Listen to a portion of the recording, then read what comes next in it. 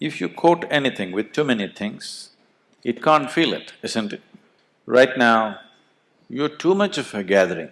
Too many things have been gathered, which you call as myself. Starting from your physical body, at least though there is considerable room to expand, physical body has some limitations. You cannot expand beyond… you cannot gather beyond a point at least. If you gather too much, collection time will come soon. At least physical body, there is a limitation. But with the mental structure, you can gather phenomenally. And when carrying such a heap on your head, you won't feel anything, especially if you start believing the heap that you're carrying is yourself. The less you become, the more receptive you become. The more you become, the less receptive you become.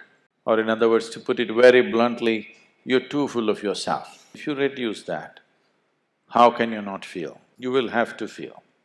What should I feel? Should I hear your voice? Please don't. You want to hear my voice? Put on a CD or something. If you're hearing voices, then you need treatment. It's not about hearing voices. What is being put into you in the form of initiation is a live process. You are not too full of yourself. If you sit here, it will constantly reverberate within you, always. So once there is a living energy within you, all you have to do is clear the space for it.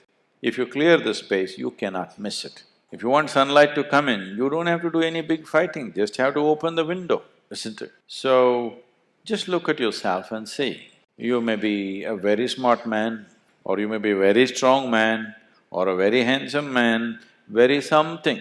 Please reduce that. You will see, you will start feeling. Good people can't feel anything. They become like goats because they keep on thinking, I'm good, I'm good. How? He's not okay, she's not okay, he's not okay, he's not okay, she's not okay, he's not okay. Compared to all these people, I'm such a good man. You're too full of yourself. People who think they are good, they're too full of themselves, isn't it so? Reduce that. Just understand your place in the existence. You're like a speck of dust. Suppose you just disappear tomorrow morning, everything is going to be fine in this world. Who you are, you can just evaporate with the right level of awareness. It doesn't take any big fighting to do, there's no big fight to do. Just bring the right kind of awareness to you. You do one thing. When you get up in the morning, what do you do first thing? You do one thing, you get up in the morning and smile. At whom? Nobody. Smile is not about somebody. Smile happens when this one is feeling in a certain way, isn't it? Yes or no? Unless you're a trained PR person, you learn to kind of think. Otherwise, smile happens because something is happening within you, not because somebody has come in front of you, isn't it? It takes 20 seconds. If you can't smile at somebody who's next to you, just smile.